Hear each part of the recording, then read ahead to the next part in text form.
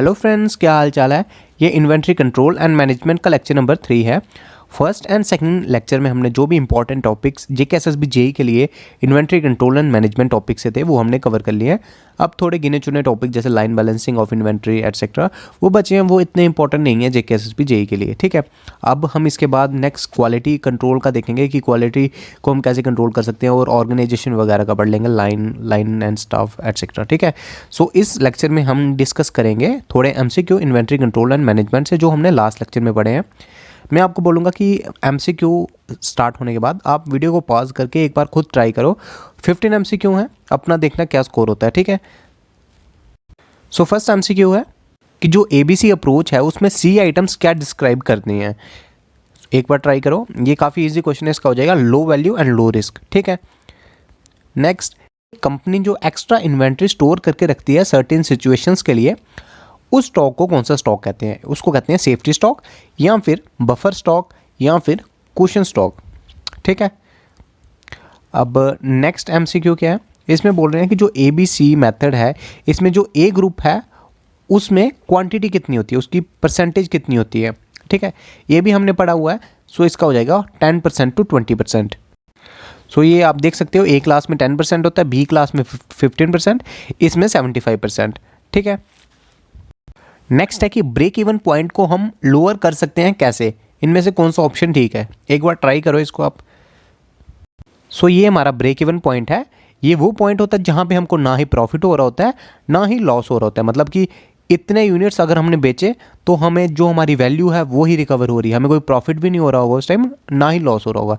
ठीक है, अब इस पॉइंट को हमने जो ये बाइसेक्ट हो रहा है इसको हमने लोअर करना है। ठीक है, अब इसको हम लोअर कैसे कर सकते हैं, या फिर ये जो टोटल ये वेरिएबल कॉस्ट है ये यहाँ पे अभी यहाँ पे है, अगर समझ लो हमने इसको वेरिएबल कॉस्ट को डिक्रीज़ कर दिया यहाँ पे, तो अब ये किस तरह से होगा, ये इस तरह से। सो जो ऊपर था ये BP वो थोड़ी नीचे आ गया। एक तो ये हो गया कि वेरिएबल कॉस्ट को डिक्रीज़ करके। सेकंड, हम अगर फिक्स्ड कॉस्ट को भी कम कर दें, ये ऐसे फिक्स कॉस्ट यहाँ पे है, इसको अगर हम फिक्स कॉस्ट को अगर हम कम कर देंगे तो भी हमारा ब्रेक इवन पॉइंट लोअर हो जाएगा। थर्ड, हम कैसे कर सकते हैं, अगर हम सेलिंग प्राइस बढ़ा दें, सेलिंग प्राइस इस तरह से स्लोप अगर कम होगी तो सेलिंग प्राइस कम होगा, कम प्राइस में ज़्यादा यूनिट्स मिलेंगे। ठीक है, उस हिसाब से अगर हम इसकी स्लोप बढ़ा देंगे तो उससे भी हमारा, या सेलिंग प्राइस बढ़ा देंगे उससे भी हमारा ब्रेक इवन पॉइंट लोअर हो जाएगा, यहाँ पहुँच गया। ठीक है, सो जो ऑब्जेक्टिव है हमारा इसमें करेक्ट हो जाएगा, रिड्यूसिंग द वेरिएबल कॉस्ट। ठीक है, नेक्स्ट है कि वो कौन सा इन्वेंट्री सिस्टम है जिसमें जो डिमांड के इंडिपेंडेंट होता है। ठीक है, मतलब डिमांड चाहे कम है ज़्यादा है वो मैटर नहीं करता है, हमको एक फिक्स्ड इंटरवल के बाद, एक टाइम के बाद हमको ऑर्डर फिर से कर देना है। ठीक है, ये हमने पढ़ा हुआ है। ठीक है, नेक्स्ट है, ये न्यू क्वेश्चन है, ये हमने नहीं पढ़ा है। तो इसमें क्या है कि इकोनॉमिक ऑर्डर क्वांटिटी डिराइव कैसे होता है। सो इसका हो जाएगा डिफरेंशियल कैलकुलस।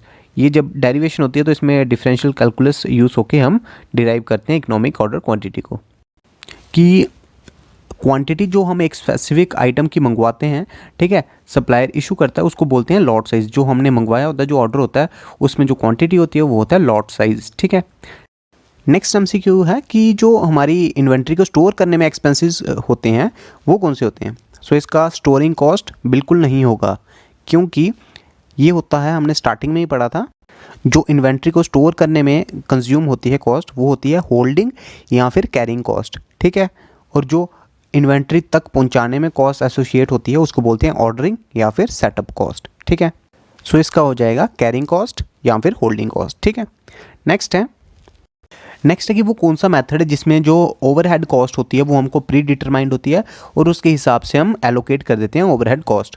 ठीक है, इसका आंसर होगा प्लांट वाइड एलोकेशन। ठीक है, सो ये इसकी डेफिनेशन है। इसमें हम निकालते कैसे हैं, प्री डिटरमाइन कैसे करते हैं ओवरहेड को, वो इसका ये फॉर्मूला है। ठीक है, एक बार आप इसको पढ़ लो। ठीक है, नेक्स्ट है वो कौन सा सिस्टम है जो डील करता है वेल डिफाइंड प्रोसीजर डिस्ट्रीब्यूशन को मैनेज करने का। ठीक है, सो इसका आंसर इन्वेंट्री मैनेजमेंट सिस्टम बिल्कुल नहीं होगा, क्योंकि जहाँ डिस्ट्रीब्यूशन आ गया ना वहाँ पे हो जाएगा लॉजिस्टिक सिस्टम। ठीक है, लॉजिस्टिक सिस्टम होता क्या है, इसमें हम मैनेज करते हैं कि गुड्स एंड सर्विसेज को कंज्यूमर तक कैसे पहुँचाएं। ठीक है, उसको बोलते हैं लॉजिस्टिक मैनेजमेंट। इसमें 7 R होते हैं। ठीक है, right product, right customer, right quantity, right condition, right place, right time, right cost. ठीक है, नेक्स्ट है reorder point equals to dash plus dash. ये हमने पढ़ा हुआ लास्ट लेक्चर में, एक बार इसको आप ट्राई करो। ये है रीऑर्डर पॉइंट और ये वाला लेवल है रीऑर्डर लेवल, ठीक है। यहाँ जब इन्वेंट्री पहुँच जाएगी तो हमको दोबारा से ऑर्डर करना है, ठीक है। और ये इक्वल्स टू किसके होगा, यहाँ से सेफ्टी स्टॉक, जो इतना वाला सेफ्टी स्टॉक प्लस ये स्टॉक है जो हमारा लीड टाइम में यूज़ होगा, ठीक है। ये हमने लास्ट टाइम फॉर्मूला भी पढ़ा था, reorder point equals to lead time into usage rate plus safety stock. So इसका आंसर क्या हो जाएगा, lead time demand plus safety stock. तो मतलब कि रीऑर्डर पॉइंट पे हमारे पास स्टॉक कितना होगा, एक तो सेफ्टी स्टॉक होगा, दूसरा जो लीड टाइम में यूज़ होगा स्टॉक, वो उस रीऑर्डर पॉइंट तक हमारे पास इतना स्टॉक होगा हमारा इन्वेंट्री में, ठीक है। नेक्स्ट आ गया inventory carrying cost consist of dash and dash, ठीक है। कैरिंग कॉस्ट कौन सी होती है, अभी हमने पढ़ा, जो स्टोर करने में यूज़ होती है, ठीक है, जो इन्वेंट्री को स्टोर करने में यूज़ होती है। तो शिपिंग वाला बिल्कुल नहीं, ठीक है, हैंडलिंग वाला भी नहीं होगा उसमें, ठीक है। और इसमें क्या हो जाएगा, स्टोरेज कॉस्ट, ठीक है, और फिजिकल मैनेजमेंट कॉस्ट। इसका आंसर हो जाएगा डी, ठीक है। नेक्स्ट है इन्वेंट्री टर्नओवर रेशो, ये किसके इक्वल टू होती है, ये भी हमने लास्ट लेक्चर में पढ़ा है, एक बार इसको आप ट्राई करो। सो टर्नओवर किसके इक्वल टू हो जाएगा, cost of goods sold upon average stock. So क्या आंसर हो जाएगा, cost of goods sold upon average cost, inventory cost, ठीक है। सो इकोनॉमिक ऑर्डर क्वांटिटी में जो कैरिंग कॉस्ट होती है वो मिनिमम होती है, या equal to cost of ordering होती है, या less than cost of ordering होती है, या कॉस्ट ऑफ ओवर स्टॉकिंग होती है। सो ईओक्यू की एक एजम्पशन है कि जितना कॉस्ट हमारी यूज़ होगी स्टॉक को इन्वेंट्री तक पहुंचाने में, उतनी ही हमारी कॉस्ट यूज़ होगी उसको वहाँ पे होल्ड करने में। So carrying cost will be equal to cost of ordering, ठीक है। नेक्स्ट ये एक एमसीक्यू न्यूमेरिकल है, ठीक है। इसमें हमको ईओक्यू दिया हुआ 360 यूनिट्स, ठीक है, कैरिंग कॉस्ट भी दी हुई है और ऑर्डर कॉस्ट भी दी हुई है। हमको यूसेज पूछा है कि यूसेज क्या होगी। हमको पता है economic order quantity equal to होती है हमारी 2 into usage rate R into ordering cost divided by carrying cost, जो इनका बोझ उठाता है, ठीक है, अगर आपने लेक्चर देखा है। सो ईओक्यू है हमारे पास 360, ठीक है, इसका हम स्क्वायर कर देंगे, यहाँ से रूट कट गई, ठीक है। सो 2 इंटू आर हमारा usage rate into O ordering cost हमारी 5 और कैरिंग कॉस्ट कितनी है 0.2।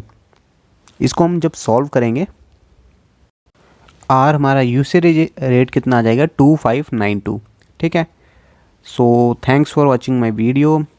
आई होप आपके 15 में से मैक्सिमम 12 प्लस एमसीक्यू ठीक हुए हों, और नेक्स्ट वीडियो में हम डिस्कस करेंगे क्वालिटी मैनेजमेंट का, ठीक है। और मैं ट्राई करूँगा ब्रिज इंजीनियरिंग की भी वीडियोस लेके आऊँ, जो टॉपिक्स हमें ईजिली अवेलेबल नहीं होते हैं, मैं ट्राई करूँगा कि जेकेएसएसबी में जो इंपॉर्टेंट टॉपिक हैं उनकी वीडियोस में बनाऊँ, ठीक है।